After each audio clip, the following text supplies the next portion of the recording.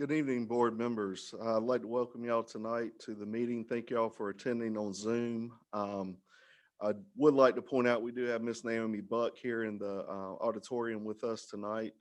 So with that, Vice Chair Guth, I will turn it over to you for roll call. Okay, thank you for everyone. And is Tab going to do the roll call for us there at the office, Mr. Hill? Yes. All right, if we could do that. Fred Austin, Here. A Barefoot,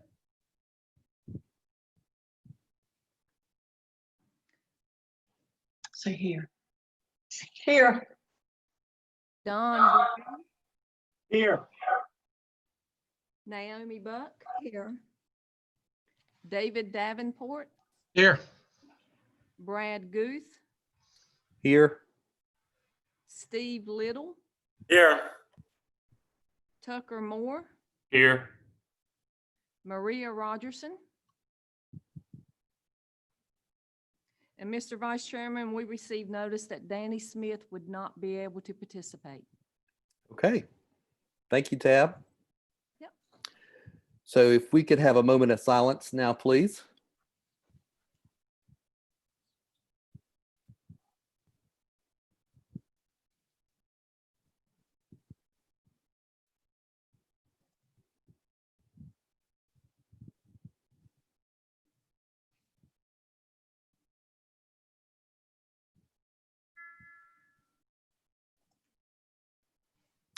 Thank you. Now, Mr. Hill, if you would lead us in the pledge, please, sir. All right. I pledge allegiance to the To the flag flag of the United United States of America, America, and to the to the republic for which it stands, stands, one one nation, nation, under under God, God, indivisible, indivisible, with liberty liberty and justice for all. for all. So the next item on our agenda is to approve the minutes from the last meeting. Did everybody have the opportunity to look at the minutes? Do I hear a motion that we approve the minutes?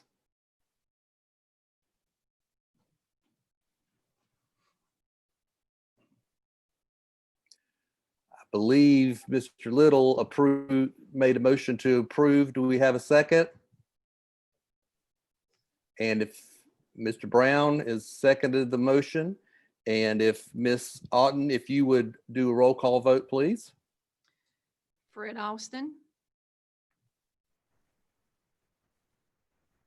Approve. A Barefoot, Approved. Don Brown, Approve. Naomi Buck, Here. David Davenport, Yes. Brad Guth, Yes. Steve Little, Approved. Tucker Moore. Yes. Okay. All right, Ms. Alton, do we have any folks that are interested in addressing the board? Sir, just only on the item of the Bedford. Okay.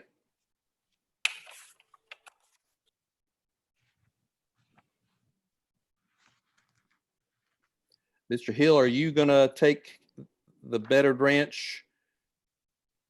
Actually, Jason Bryant is here. Jason He is will be gonna do handling that for us. Better Ranch. Okay, well, we'll move to that development review item then. Thank you, Mr. Chairman.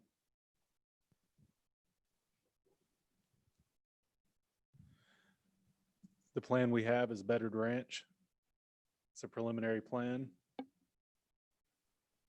It's located on Bedford Road, west of its intersection with Tucker Road. It's in the Grimesland Township, located within Simpson's ETJ. It's 41 lots, 53.07 acres, and the owner is RTCWC Incorporated. This is an aerial view to give you an idea of the location.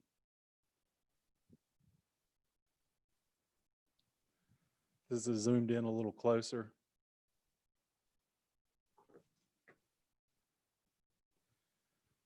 This is the layout of the preliminary plat.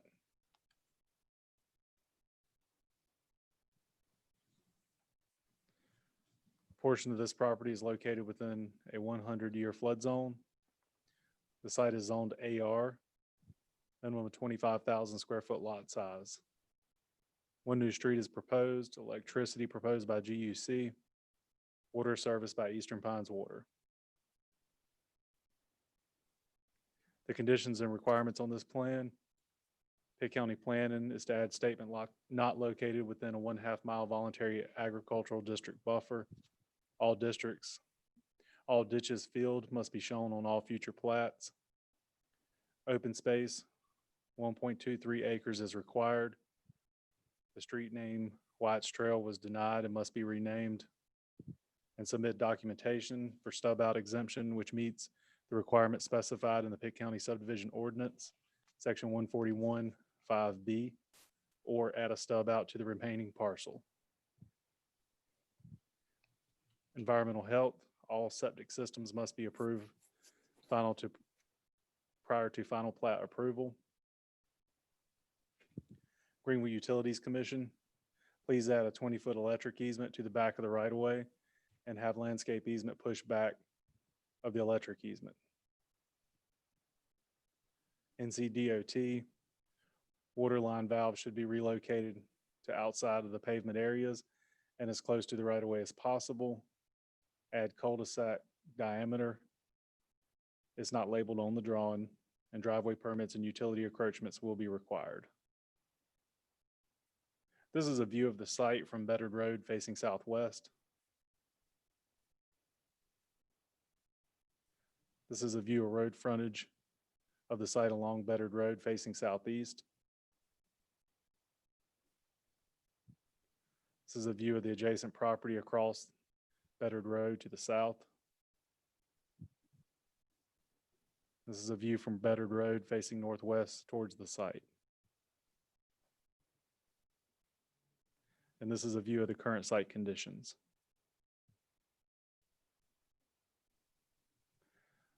Technical Review Committee recommends conditional approval. Adjacent property owners have been notified. Staff has received an email in regards to proposed development. Comments and questions, wishing to review the plan and to better understand the effects of stormwater runoff and concerns with the aesthetics and property value. Letter number 1.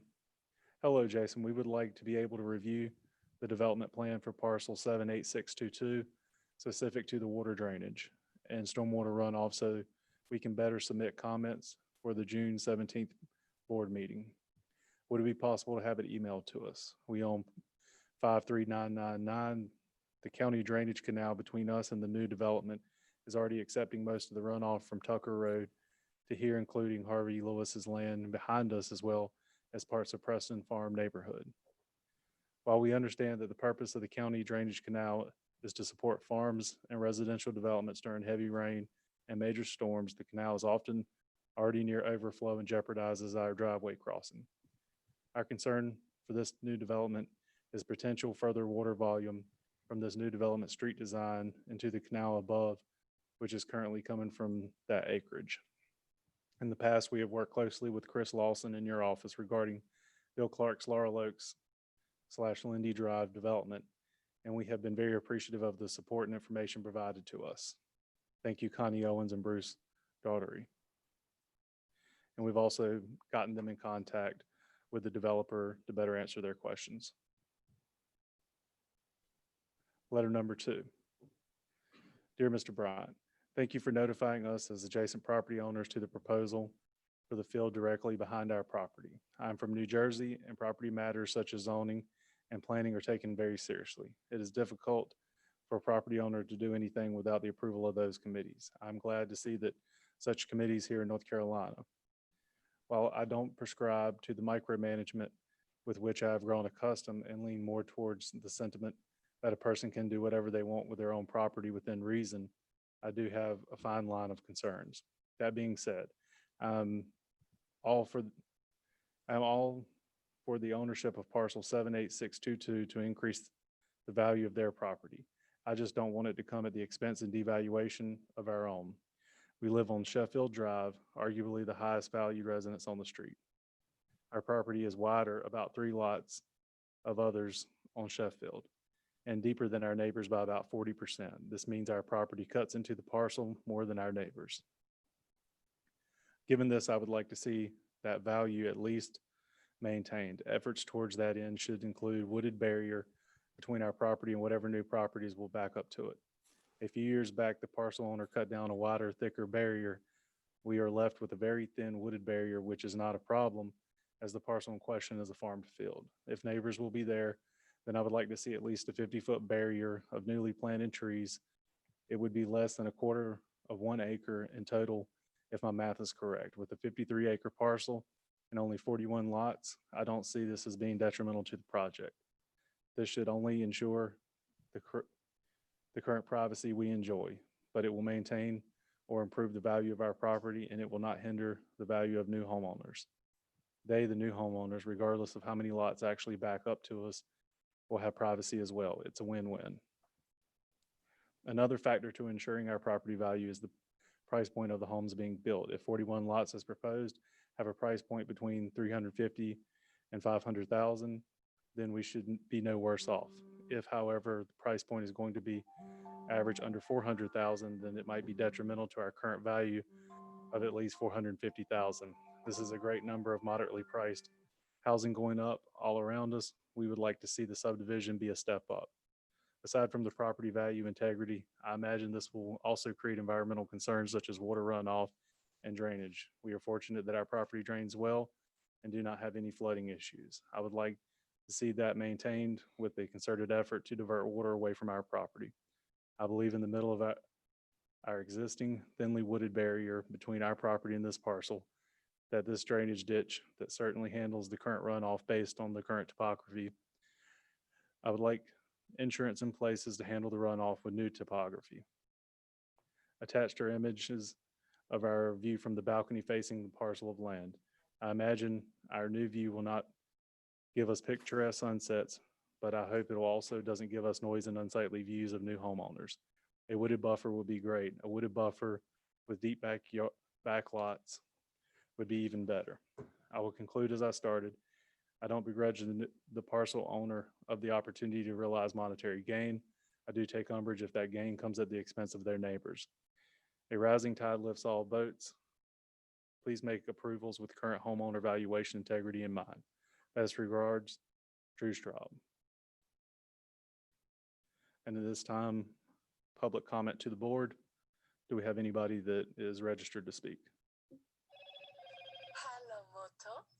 We had Brad Fagundes. And I will remind you that each individual that wishes to address the board will be allowed 3 minutes to speak. If you're representing a group of individuals, you'll be allowed 5 minutes. Tab, can we take a minute to ask the board members if they had any questions Yes, sir. about the recommendations and for the approval? Yes, sir. Board members, did you have any questions about the request for approval or recommendations?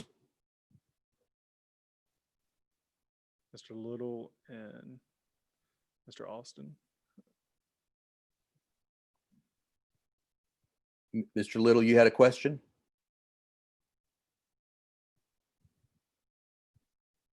We haven't got your sound on. There we go. You're unmuted now. I'm just curious, and I think probably Mr. Fagundes is gonna speak to the concerns that these couple of folks have. So I guess my question would come after that, okay? Okay. That's where I'm at. And So my question would be related to the 100-year floodplain. What is the approximate percentage or that this plat lies in that 100-year plain? This plat is not going to encompass the full 53 acres.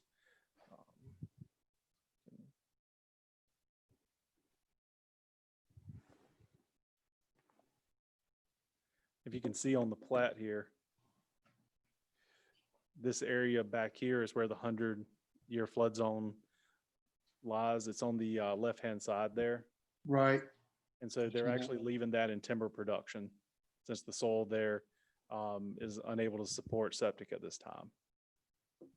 Right, so the residential lots are just those, the back ends of those lots with that, where it's indicated. Yes, sir. I'm gonna double check here.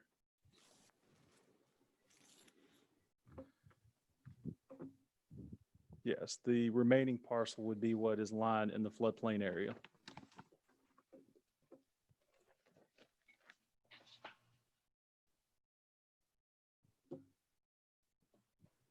Is that of concern to the staff? No, sir, with none of the residential lots lying within the floodplain, it would not affect any of the new homeowners or anyone that purchases a lot in this development. Okay. Thank you. Thank you, Mr. Austin. Are there any other questions from board members on the conditions? All right, let's go to Mr. Fagundes then. And just a reminder, you do have a limited amount of time. Okay, I appreciate it, Mr. Vice Chair, board members. I'm Brian Fagundes. And I guess I'll start with some of the conditions that came about through the staff TRC review. So we've actually gone ahead and revised the plan. A lot of the comments that were substantive comments really came from the Department of Transportation relative to placement of water lines and valves and storm pipes, et cetera. So we've gone back and revised that plan and already sent it back over to DOT to let them look at it.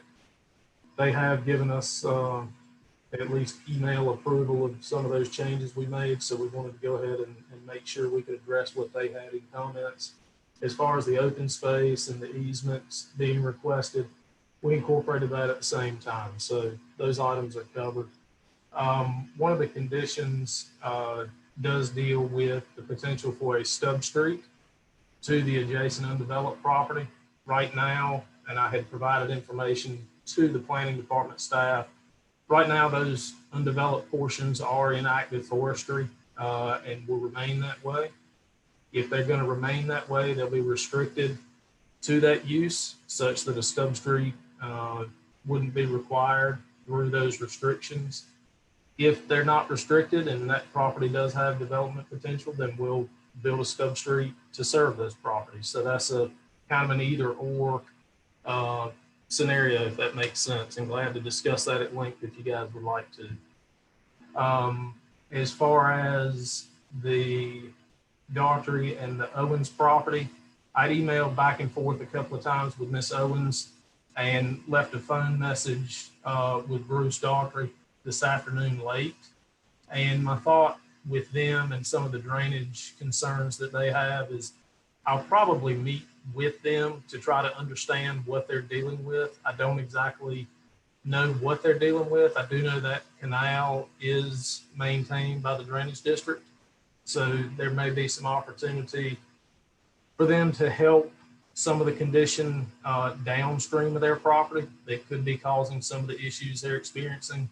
But until we've really seen the length of that whole canal, I really don't know exactly what their issues are or what to recommend to them to remedy that. But like I say, left a message with them and glad to try to help them resolve some of that. The water runoff, oftentimes when you go from agricultural property to single family residential development, I know it's hard to believe and it sounds counterintuitive, but with maintained yards, you actually have a slower runoff rate than what you do with just raw fallow ag fields. So you do have to take that into account when you look at the pictures that staff showed from just a barren field where that water leaves much quicker than what people have lawns and landscape established. With the concerns, and that was the first time I'd heard the official property concerns with some kind of a buffer. It appears looking at aerials that their western line that adjoins this farm is more or less a cleared line. There is an existing drainage easement along their property line to facilitate the drainage that they mentioned in their letter.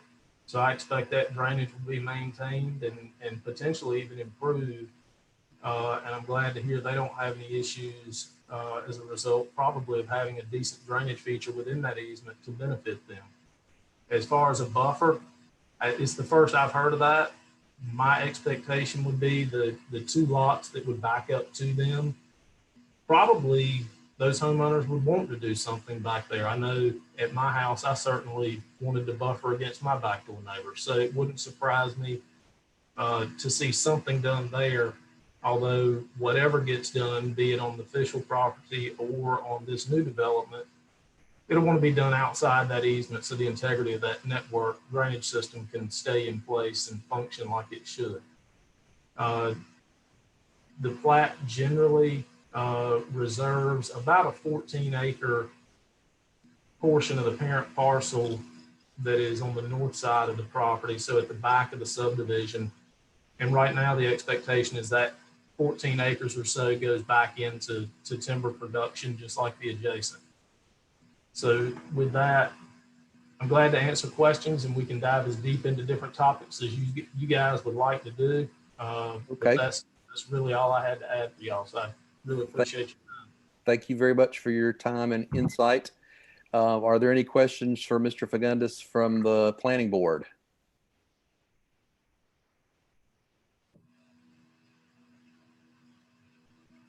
All right, seeing none, Mr. Bryant, can you highlight the number 5 from the planning department in terms of the stub out exemption and address that a little bit more compared to what Mr. Fagundes was asking?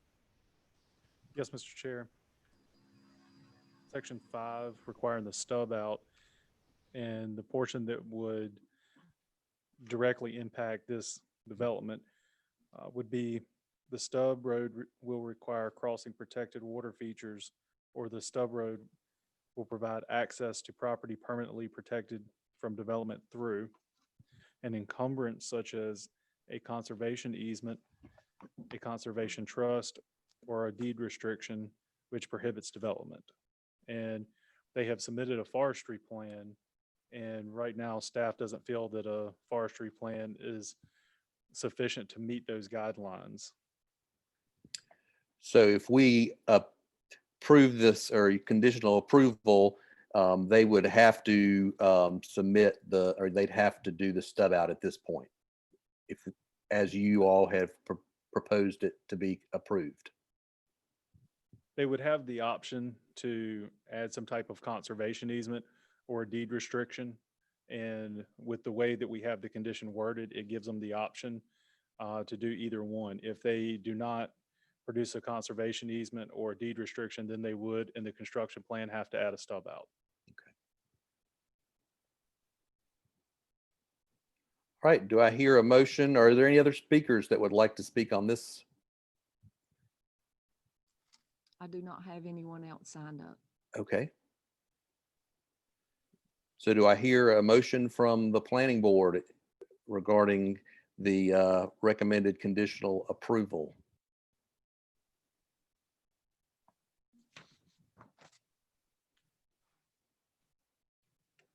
I could say that I developed a park years back, and I would approve it because a lot of people cannot afford a home, and they can't afford a mobile home. I rent the lots, but I have found out that rental trailers don't go anything because they're going to tear them up.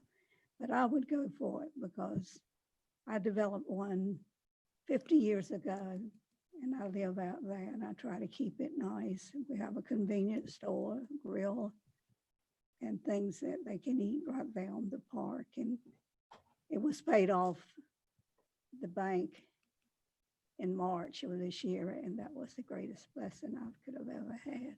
With all this going on, God has really blessed me, and I would go for it because I know what I went through to develop mine. I inherited the property, full deed paid for and everything, but it takes a lot to develop. So Ms. Buck, I understand that you're going to make a motion to approve the, I'd like to make a motion that we agree to develop it.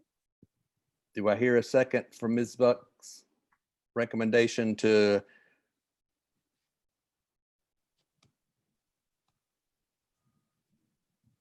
I think Mr. Little.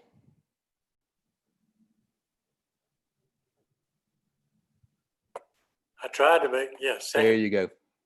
All right. So Ms. Otten, if you could do a roll call vote, please. Okay, the motion is to recommend conditional approval. Fred Austin, I approve. Dave Barefoot, Approved. John Brown, Approve. Naomi Buck, Approved. David Davenport, Yes. Brad Guth, Yes. Steve Little, Yes. Tucker Moore. Tucker Moore, Vote yes. that's it. All right. Thank you. Matters.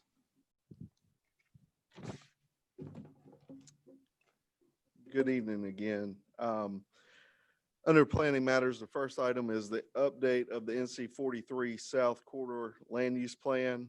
To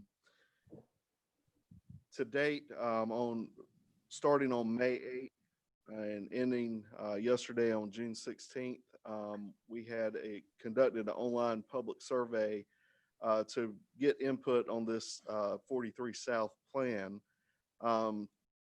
Just got word today from the consultants who are assisting us, and we had 145 surveys that were completed as a result of that online survey, which is great news. Looking forward, we're now collecting that information and disseminating how all of those surveys pan out. The next steps, we're looking at holding a working group meeting. This will be the second meeting of that sort.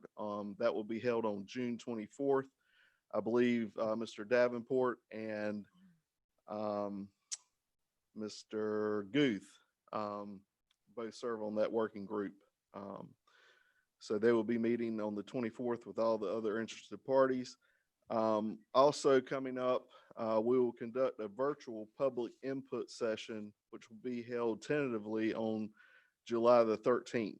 We're still trying to work out what that will look like, whether we'll use Zoom or some other platform to do that virtual input session.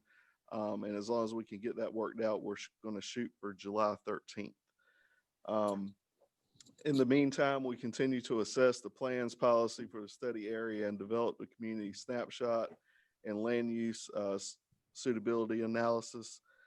Starting to look at stuff concerning the traffic models and existing land use inventory and compiling all that information. So all said, the plan is moving along as good as we can expect during this time, and hope to report back some better information to you at the July meeting of the planning board and give you a better update on, especially on the surveys that we've received, the public input that we get on June 20 or working group meeting that we hold on the 24th. So any questions? Any questions for Mr. Hill on that update? All right, hearing none. I think, Mr. Hill, are you going to do the informational items as well? Sure am. Just to give you an update, there's only a few items on the informational items. If you remember at last month's meeting, you guys recommended approval of the Neuse River Basin Regional Hazard Mitigation Plan. The Board of Commissioners did adopt that plan on June 1st at their meeting, and we have forwarded it on to the state officials as well as FEMA for their approval and blessing on that. Also, we awarded the Canita Creek debris removal contract. That's being handled through Pitt Soil and Water, a sister agency of the planning department. They did enter into that contract, and work is slated to be done on that clearing debris removal on July the 6th. So that will be coming shortly and hopefully provide some drainage relief to the property owners along Canita Creek. Also, Monday night, this past Monday, we took an item to the Board of Commissioners pertaining to the Candlewick area sanitary sewer project that we've updated you guys on in the past. And that project has been completed at Monday night's meeting.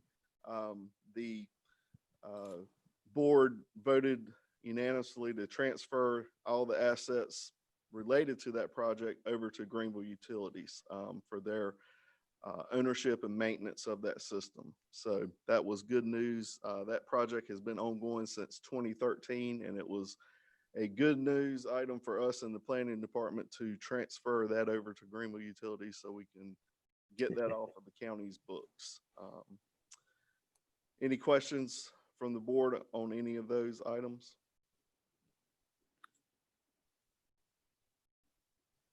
All right, also included in your agenda package, you'll see the monthly report and various correspondence articles of that sort pertaining mainly to some articles related to East Carolina and the city of Greenville in the world of planning. So that's all I have, Mr. Vice All Chair. right.